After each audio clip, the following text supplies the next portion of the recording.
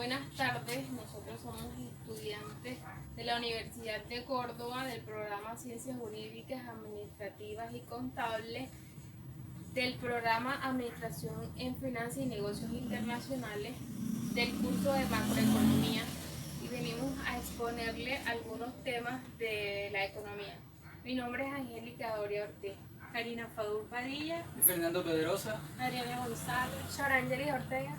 y a continuación les voy a hablar sobre el PIB.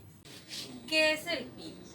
El PIB es el Producto Interno Bruto. Es un índice económico que refleja el valor monetario de los bienes y servicios finales producidos en un país o región en un periodo de tiempo. Generalmente este periodo siempre viene siendo de un año, es decir, mide la riqueza de un país. Para calcular el PIB debemos saber en total cuánto es todos los bienes y servicios y sumarlos.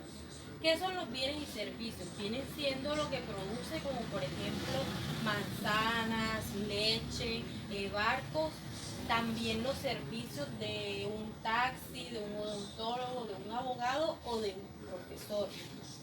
Se dice que la economía de un país crece cuando la tasa de variación del PIB aumenta. Es decir, cuando el PIB que estamos calculando es mayor que el del año pasado. Existen tres metodologías para calcular el PIB, que es metodología del gasto, método del valor agregado y método del ingreso. A continuación les voy a hablar sobre empleo. Es un trabajo, ocupación o oficio donde la persona es contratada para hacer una serie de tareas por las cuales recibe una remuneración económica. Existen varios tipos.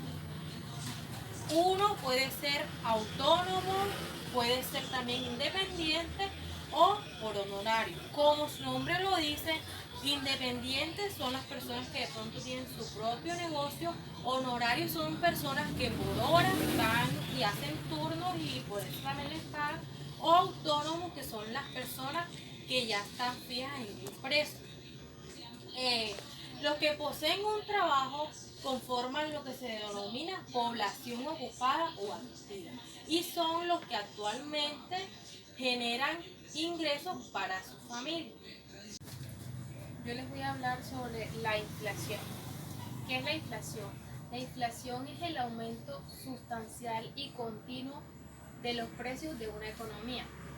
Cuando se dice que es el aumento sustancial y continuo general de una economía, quiere decir que es el aumento de la mayoría de los productos y no es un incremento aislado temporal de un producto o de un conjunto de productos.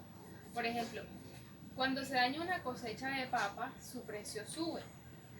Esto sucede por la plaga, las inundaciones o los problemas en el transporte, entre otros problemas. Pero así como unos precios suben, otros bajan. Este es el caso de las frutas y verduras que están en cosecha. Como la inflación es un promedio, si la mayoría de los productos aumenta su precio de manera significativa, entonces se dice que hay inflación. Pero para que se dé una inflación no se necesita que unos productos suban de precio, se necesita que crezca el aumento en las mercancías o servicios, y para que esto se dé debe haber un aumento generalizado de la demanda. ¿Cómo se mide la inflación? La inflación se mide a través del IPC, Índice de Precio del Consumidor. ¿Quién cumple esta función en Colombia?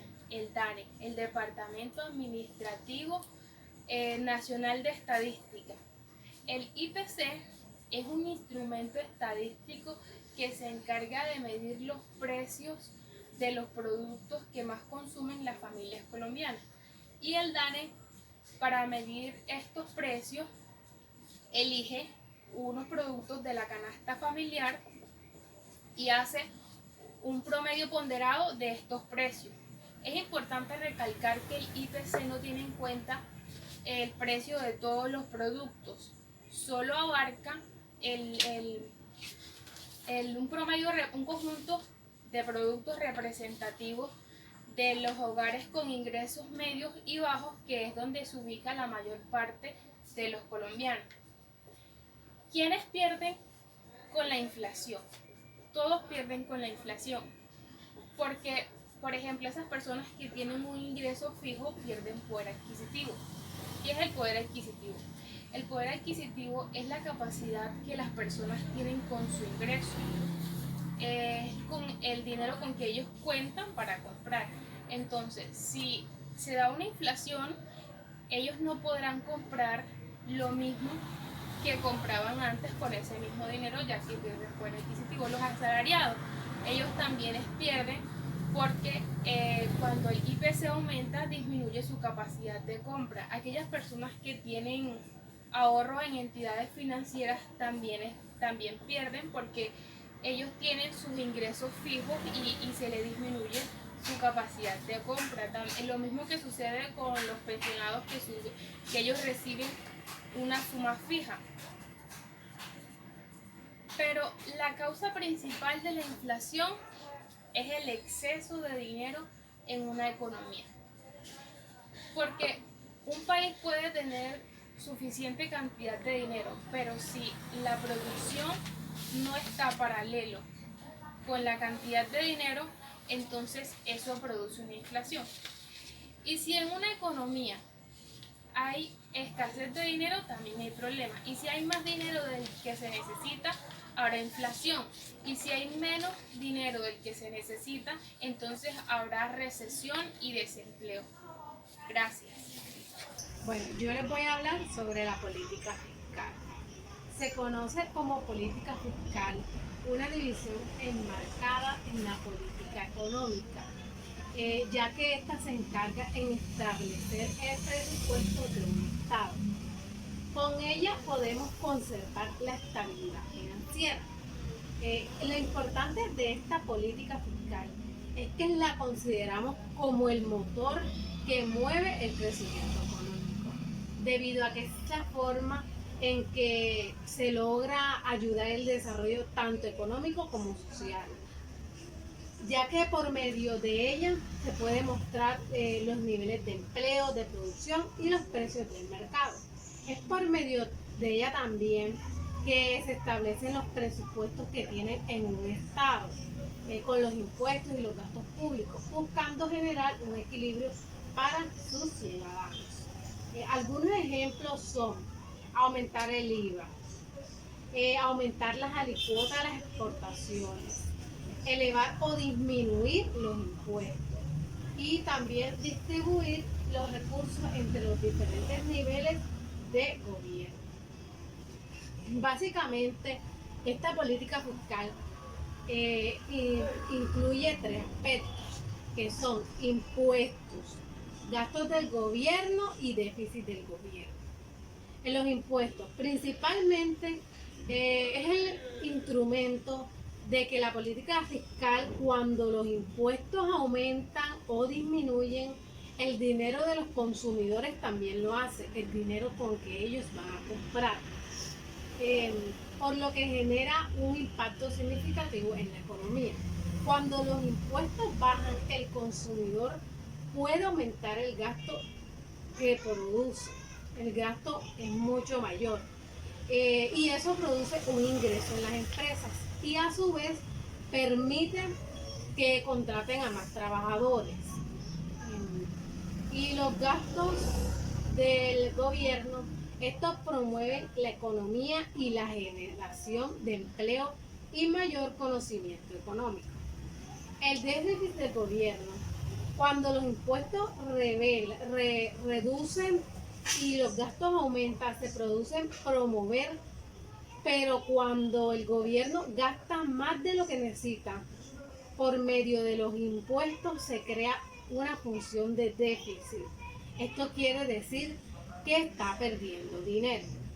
Bueno, yo les voy a hablar sobre la política monetaria. Primero, ¿qué es la política monetaria?